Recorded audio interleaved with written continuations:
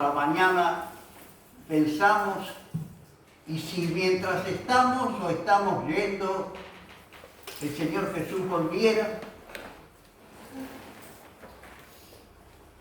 encontraría a todos los que Él va a llevar, faltarían algunos, habría alguna excusa para que Él la tuviera en cuenta, pero el pensamiento es que en cualquier momento Él va a venir. Voy a leer una porción de la palabra del Señor que pensaba en esta mañana tener como base para nuestra meditación, pero que me hace mal tratarla porque es un tema que puede consumir 2, 3 horas o más y todavía quedar debiendo en cuanto a los detalles que nos revelan qué es lo que va a pasar cuando el Señor Jesús, en un abrir y cerrar de ojos, venga y arrebate a su iglesia y la lleve para estar con Él para siempre. Pero voy a leer una porción que nos habla de el intenso deseo de Él de venir por su iglesia.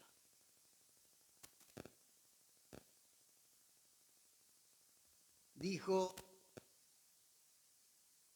allí en Apocalipsis, dice: vengo y traigo la recompensa, el galardón para dar a cada uno según fuere su obra, y todo está basado en que lo que hemos recordado y fortalecido en nuestras vidas de nuestra salvación va a tener la consumación total. Después de eso, como realidad, en la casa de Dios no va a haber otra cosa que alabar a Dios, que recordar la motivación que Dios tuvo cuando, como dice Pablo, el que aún a su propio Hijo no perdonó, sino lo entregó por todos nosotros, ¿cómo no nos dará también con Él todas las cosas? Y encontrar en la casa de Dios todas las perfecciones. Cuando a veces comentamos con los hermanos al llegar a la reunión y al despedirnos, y nos hacemos eco de dificultades que hay en las vidas de muchos hermanos, problemas, preocupaciones. ¿Y qué va a ser el cielo cuando no va a haber razón para una sola queja, para una sola preocupación, cuando la única expectativa va a ser perfeccionar nuestra alabanza para en la presencia del Dios único verdadero poder alabarle por todo lo que Él nos ha dado y por esta salvación de la cual vamos a leer estos versículos que Pablo escribe a los romanos? Creo que no hay ninguna otra epístola de Pablo con tanto valor espiritual como la epístola de los romanos. Como todos sabemos, nadie sabe quién fundó la iglesia de Roma. Se supone que romanos que estuvieron el día de Pentecostés en Jerusalén llevaron la bendición que habían recibido con el descenso del Espíritu Santo, pero lo cierto es que Pablo revela las cosas más importantes y más tremendas de la vida cristiana en esto que escribe a los romanos, revisando con ellos la fe que todos mantienen como el mayor bien que un creyente pudo haber recibido del Señor. Y refiriéndose a esto en el capítulo 8, que yo recomiendo que todos los creyentes aprendan de memoria, porque tiene una mayoría de verdades trascendentes para la vida de un creyente en tan pocas palabras como contiene este capítulo 8 de Romanos. Pero vamos a leer a partir del versículo 26.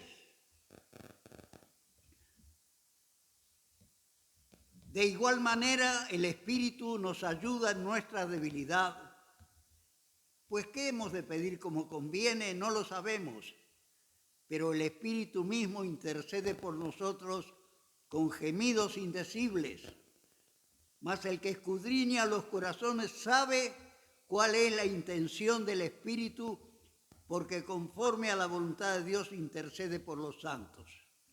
Y sabemos que a los que aman a Dios, todas las cosas les ayudan a bien. Esto es, a los que conforme a su propósito son llamados. Y aquí viene algo interesante y sublime, porque a los que antes conoció, también los predestinó para que fuesen hechos conforme a la imagen de su Hijo, para que Él sea el primogénito entre muchos hermanos. Pero aquí no termina. Y a los que predestinó, a estos también llamó, y a los que llamó, a estos también justificó, y a los que justificó, a estos también glorificó. La realización de toda la extensión de la salvación que tenemos por el Señor Jesucristo. ¿Qué pues diremos a esto? Si Dios es por nosotros, ¿quién contra nosotros? El que no escatimó ni a su propio Hijo, sino que lo entregó por todos nosotros, ¿cómo no nos dará también con Él todas las cosas? ¿Quién acusará a los escogidos de Dios? Dios es el que justifica. ¿Quién es el que condenará? Cristo es el que murió, más aún el que también resucitó, el que además está a la diestra de Dios, el que también intercede por nosotros. ¿Quién nos separará del amor de Cristo? ¿Tribulación o angustia o persecución o hambre o desnudez o peligro o espada? Como está escrito, por causa de ti somos muertos todo el tiempo. Somos contados como ovejas de matadero. Antes, en todas estas cosas, somos más que vencedores por medio de aquel que nos amó. Por lo cual estoy seguro que ni la muerte, ni la vida, ni ángeles, ni principados, ni potestades, ni lo presente, ni lo porvenir, ni lo alto, ni lo profundo, ni ninguna otra cosa creada nos podrá separar del amor de Dios que es en Cristo Jesús, Señor nuestro. El amor de Dios que es en Cristo Jesús, Señor nuestro. La segunda venida del Señor es la expectativa mayor que un creyente sostiene en su vida espiritual. Hace, yo calculo, 25, 30 años atrás, personas creyentes de aquel tiempo recuerdan cómo cada tanto aparecía alguien que decía, sabe la fecha que va a venir el Señor. Y en Estados Unidos hubo casos de personas que hicieron vender a los creyentes de la congregación las propiedades que tenían, porque total el Señor podía venir en cualquier momento. Pero en este momento en que nosotros estamos viviendo, en aquel tiempo no se daba el momento para que el Señor Jesús viniera. No se hablaba de la Unión Europea y de una serie de elementos que presagian la toma del gobierno del anticristo y los desastres que él va a realizar contra los creyentes y contra los que se van a salvar también durante ese periodo. Pero en este momento, como el Señor Jesús lo dijo en el sermón profético, están dadas las condiciones para que esto ocurra. Que en un abrir y cerrar de ojos, como dice la palabra, todo sea transformado en la vida de los creyentes y los que somos de Cristo acompañemos a nuestro Salvador y Señor y seamos transformados, como la palabra de Dios dice, a su imagen, para estar con Él por toda la eternidad. el momento, la finalización del tiempo de la gracia.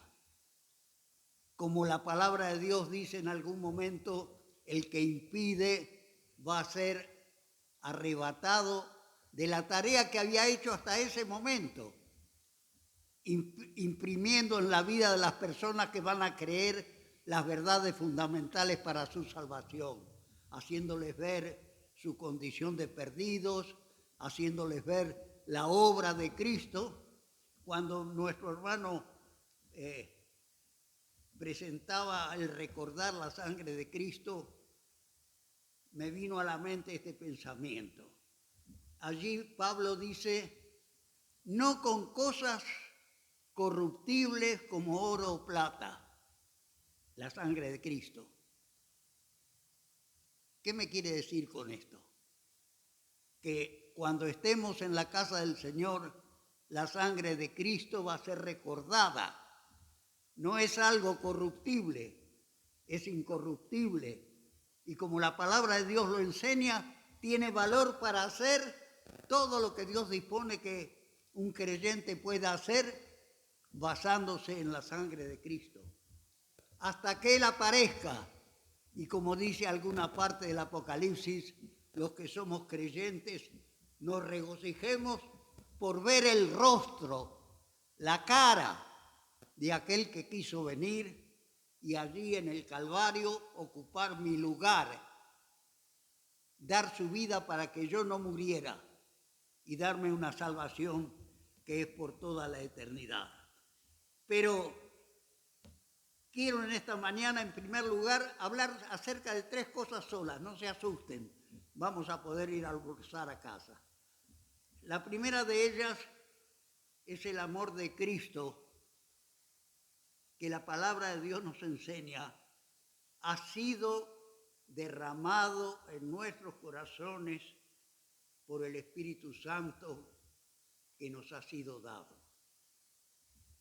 Cuando una persona se convierte, se transforma en un pecador perdido, en un pecador salvado.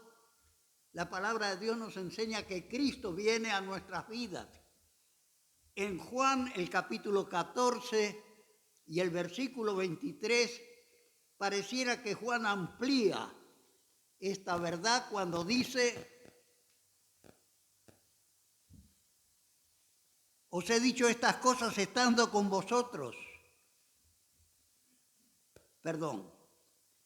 El versículo 23. Respondió Jesús y le dijo, el que me ama, mi palabra guardará, y mi Padre le amará, y vendremos a él y haremos con él morada. El Padre y el Hijo, que se identifican mutuamente en la palabra de Dios, vienen a la vida de una persona y comienzan en la vida de esa persona la transformación radical que se necesita para que esa persona esté en condiciones de acompañar al Señor Jesucristo al lugar donde Él fue a preparar para nosotros. Pablo tenía una preocupación especial y que manifiesta cuando en Gálatas, el capítulo 4 y el versículo 19, dice que él está preocupado porque Cristo sea formado en la vida de los creyentes, que no se conserven como niños que recién entran de la salvación. En algún otro lugar dice, creciendo en la obra del Señor siempre, dejando de ser niños y dejar de pensar como niños para pensar como alimentarse con alimentos de adultos, dejar la leche espiritual y crecer con la sustancia sólida, las cosas importantes, todo lo que tiene que ver para lo mayor y lo mejor que el Señor presenta en su camino desde la palabra de Dios, las Escrituras. Dios viene a la vida de un creyente. En alguna de las cartas, Pablo dice, estando persuadido de esto, que el que comenzó en ustedes la buena obra, la perfeccionará hasta el día de Jesucristo. Y a través del Espíritu Santo, Dios empieza esa obra. Empieza a transformar la vida de cualquier persona, por perdido que haya sido o haya estado. Y lo empieza a modelar, como la palabra de Dios dice, para que sea semejante a la imagen de su Hijo, del Señor Jesucristo, y Él llegue a ser el primogénito entre muchos hermanos. Pero yo deseo destacar en primer lugar una de las falencias del momento actual. Yo leí aquí acerca del amor del Señor Jesús, del amor de Dios derramado en la vida de los creyentes. No que nosotros le hayamos amado a Él, como dice Juan, sino que Él nos amó primero. Nos amó cuando estábamos en el pozo de la desesperación, cuando no teníamos porvenir, cuando lo único que nos esperaba era la condenación eterna, y nos levantó. El salmista decía, me sacó mis pies del pozo de la desesperación y puso mis pies sobre la roca. Afirmado en lo que es Cristo, transmitiéndonos Él a través del perfeccionamiento que el Espíritu Santo hace en la vida de un creyente, los valores de Cristo, y especialmente lo que establece el primer mandamiento: amarás al Señor tu Dios con todo tu corazón, con toda tu alma, y a tu prójimo como a ti mismo. Y complementarlo con lo que dice Juan: el que no ama a su hermano, a quien ha visto, ¿cómo puede amar a Dios, a quien no ha visto? Y todo esto me retrotrae a pensar en la primera dificultad que va a existir y que está existiendo en nuestro tiempo en el que vivimos: la falta del amor. Y la falta del amor, desgraciadamente, muchas veces dentro de la iglesia de Cristo. Amarás al Señor tu Dios y a tu prójimo como a ti mismo.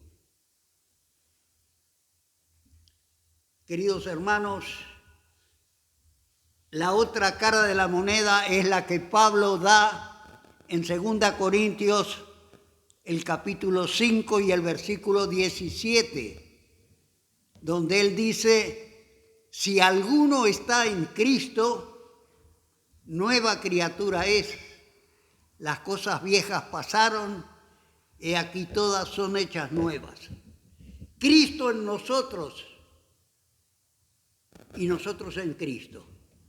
Es el mensaje completo del Evangelio y es lo que hace que consideremos cuál es el verdadero amor que como creyentes debemos manifestar en medio de la iglesia.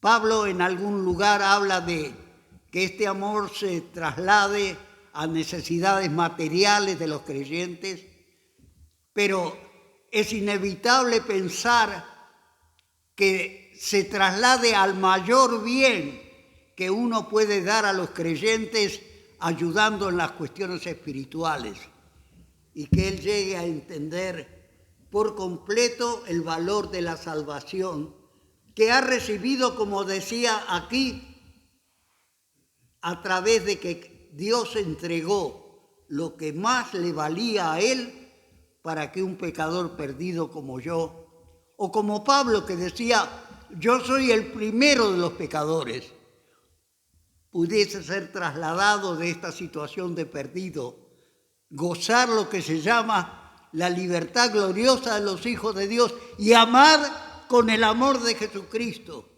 a cada hermano. La falencia del amor. ¿Cómo debemos crecer en amor? En amarnos unos a otros, en dar manifestaciones claras, no que esté por el aire y no llegue a la vida de un creyente, sino que sea totalmente perceptible en la vida del hermano a quien amamos y a quien queremos ayudar. La segunda consideración importante que quiero que tengamos en cuenta esta mañana tiene que ver con el abandono de la palabra. Porque la palabra de Dios es viva y eficaz y más penetrante que toda espada de dos filos, que alcanza hasta partir el alma y aún el espíritu y discierne los pensamientos y las intenciones del corazón. Y no hay cosa creada que no sea manifiesta en su presencia, sino todas las cosas están desnudas y abiertas a los ojos de quien tenemos que dar cuenta.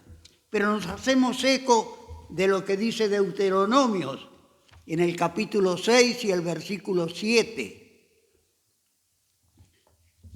donde Dios le recomienda a Moisés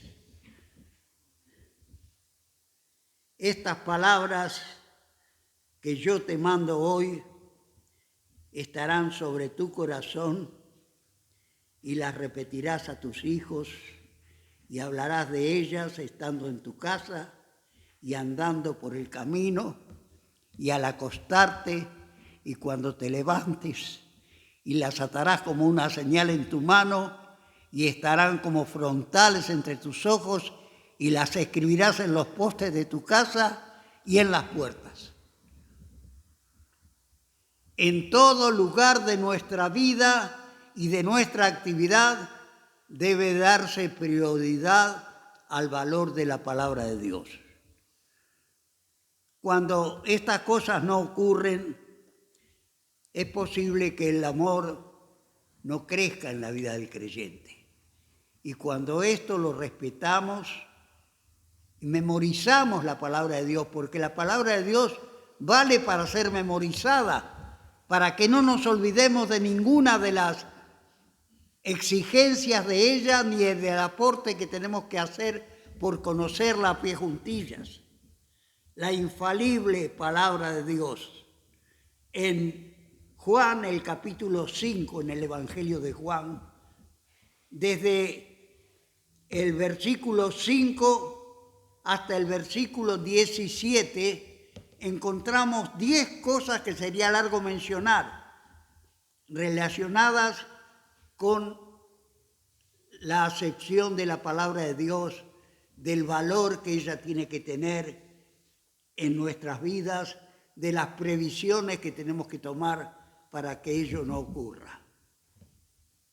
Y cuántas cosas en la palabra nos hablan del valor, cuando se nos habla de ella como la espada de dos filos, que corta para un lado y para el otro, para sacar de la vida del creyente todo aquello que debe ser descartado y que debemos respetar, y que lo tenemos que hacer haciendo uso de nuestra voluntad. Cuando nosotros, el apóstol Pedro dice allí en su primera carta que fuimos rescatados para obedecer. Y cuando nosotros obedecemos y prestamos atención a aquello que la palabra de Dios nos exige, para dejar nuestra pasada manera de vivir y para adoptarnos a la nueva vida que hemos recibido en Cristo, el Espíritu puede hacer esta tarea de ir transformando la vida de un creyente hasta hacerlo un fiel creyente, hasta hacer como lo que ocurrió con Pablo. Qué maravilloso es considerar lo que pasó en la vida de Pablo cuando aquel día a este hombre que sabía prácticamente toda la ley de Dios y que la usaba para perjudicar la predicación del Evangelio, el propio Salvador se le apareció allí en el camino a Damasco. Qué interesante es la base de todo. Y Pablo era un hombre sabio, Lo primero que dijo es: ¿quién eres, Señor?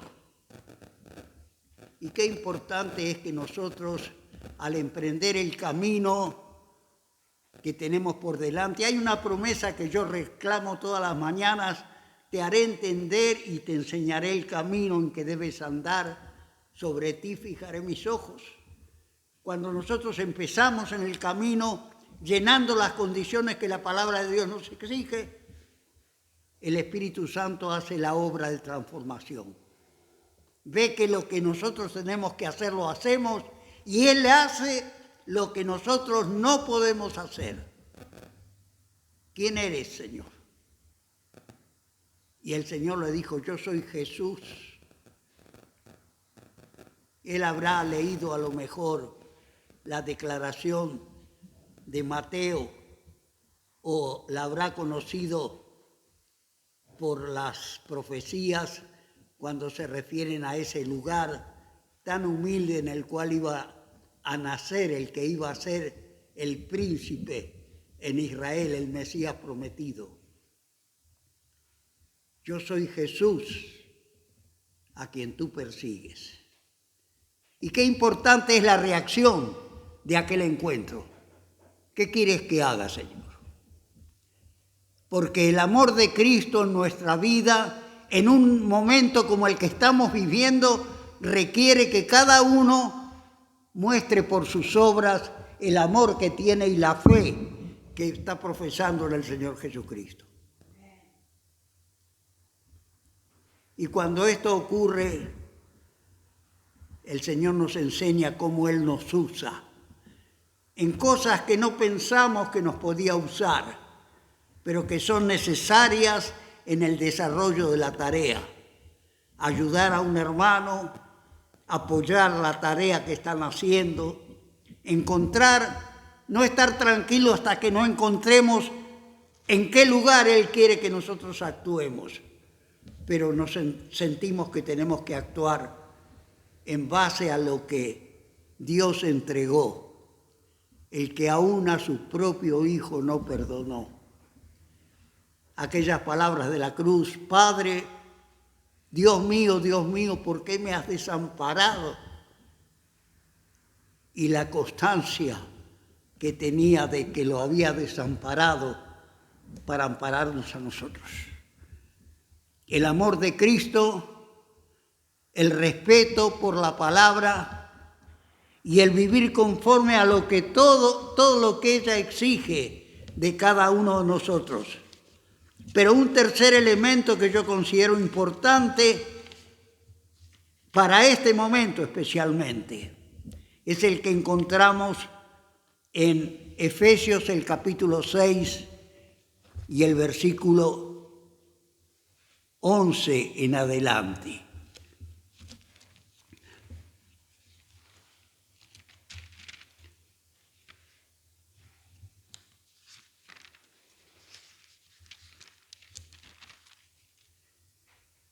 Por lo demás, vestíos de toda la armadura de Dios para que podáis estar firmes contra las acechanzas del diablo.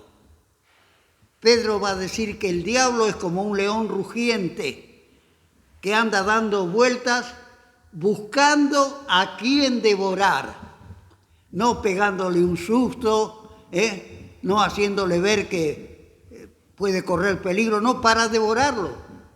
Busca a quien devorar.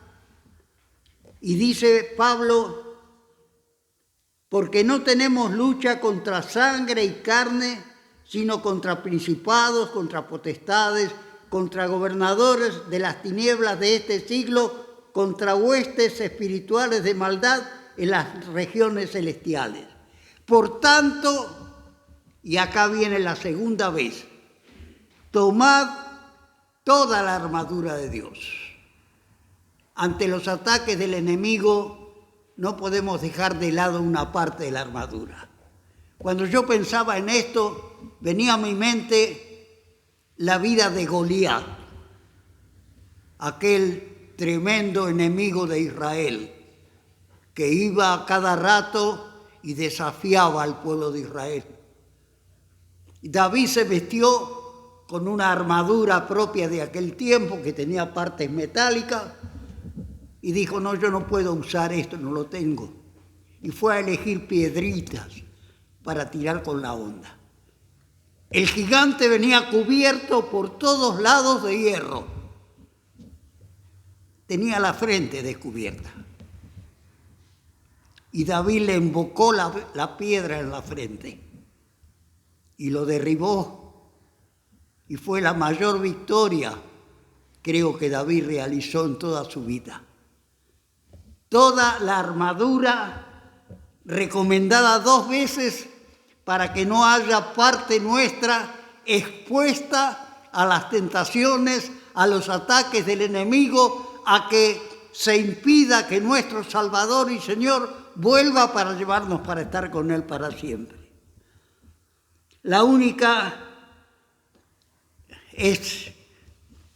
merece un mensaje de un tiempo muy importante, el revisar cada una de las cosas que el apóstol Pablo le dice a los efesios que debían tener en cuenta para estar bien protegidos contra las acechanzas del diablo.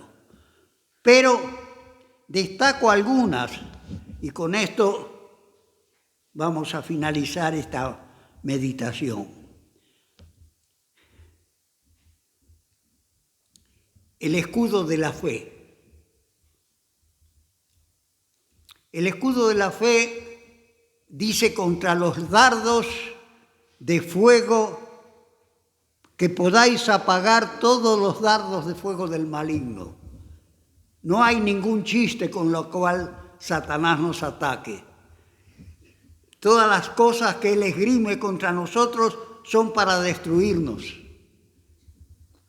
Y uno de ellos está tipificado en su mayor extensión, dardos de fuego del maligno.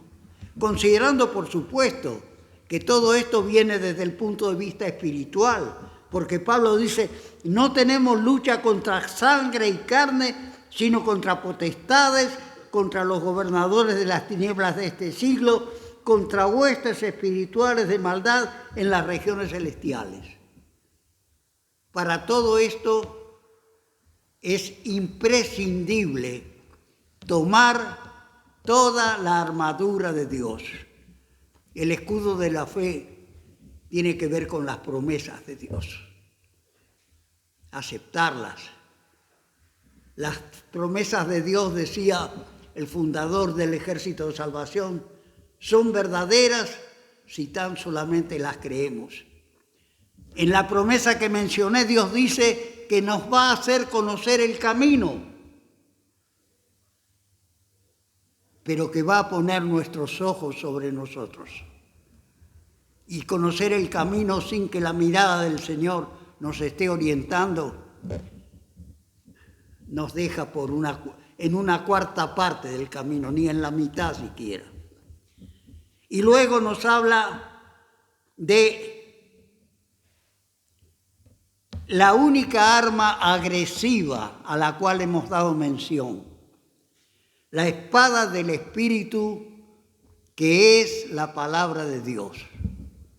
Conocerla, memorizarla, poder mostrar dónde se encuentra, saber que aquí está todo, absolutamente todo, lo que un creyente necesita, porque así lo ha dispuesto Dios, que es el que inspiró la palabra de Dios, hizo de este libro un manual completo para la lucha que un creyente tiene que luchar aquí en este mundo.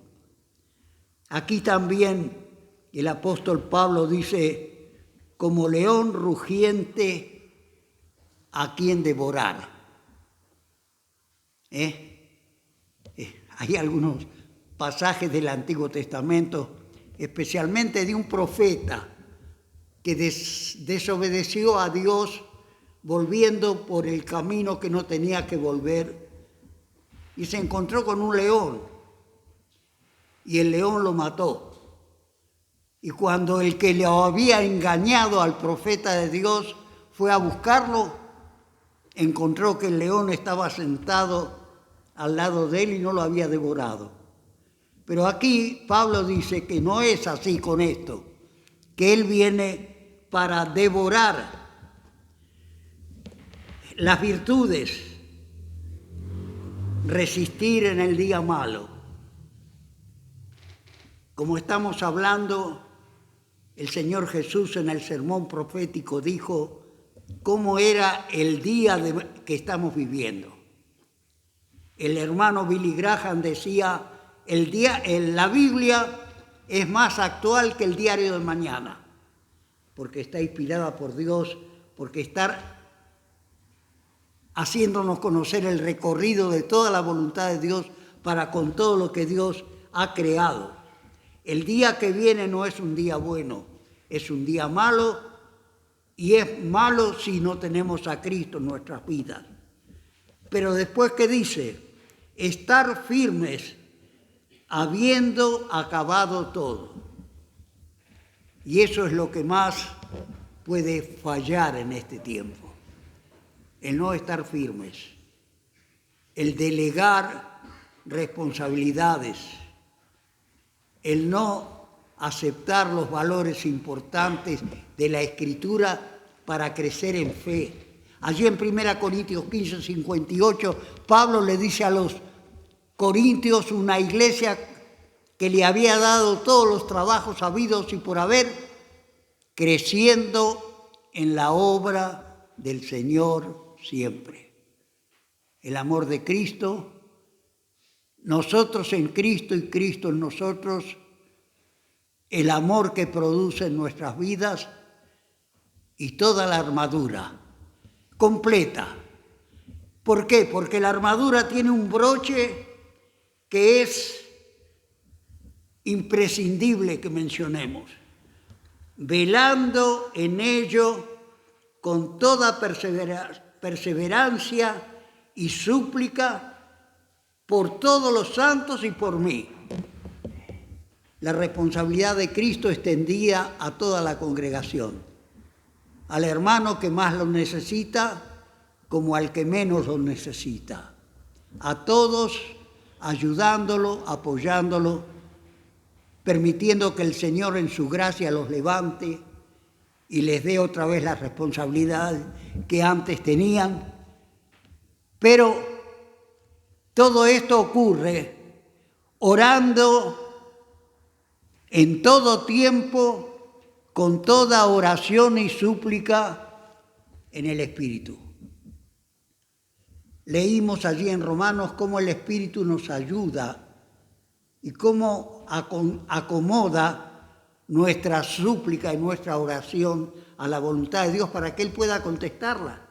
Y aquí Pablo, al hablarle a los Efesios, dice, orando en todo tiempo, con toda oración y súplica en el Espíritu y velando en ello con toda perseverancia. A veces oramos, pero no se nos ocurre perseverar en ver la respuesta. Somos muy proclives a desanimarnos y la palabra de Dios nos dice que tenemos que orar en todo tiempo, como aquella viuda que enfrentaba a un juez y lo enfrentó hasta que el juez se convenció que tenía que escuchar la petición de la viuda y tenía que concederle lo que ella pedía. Hermanos, puedo hacer esta recomendación al terminar esta breve meditación.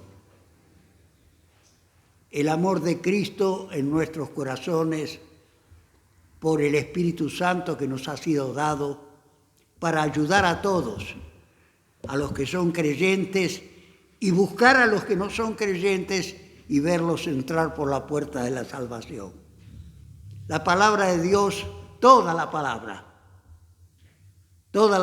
es inspirada divinamente y útil para redarguir, para corregir, para instituir en justicia, a fin de que el hombre de Dios sea perfecto, enteramente instruido para toda buena obra. Y luego, no dejar de tomar ninguna parte de la armadura, toda la armadura. El enemigo se va a encargar de encontrar el lugar donde Él puede atacarnos y causar daños a la causa de Cristo y a nuestras vidas. Y el estar con toda la armadura colocada le va a impedir siquiera pensar que puede atacarnos, aunque Él está dispuesto nada más que para eso.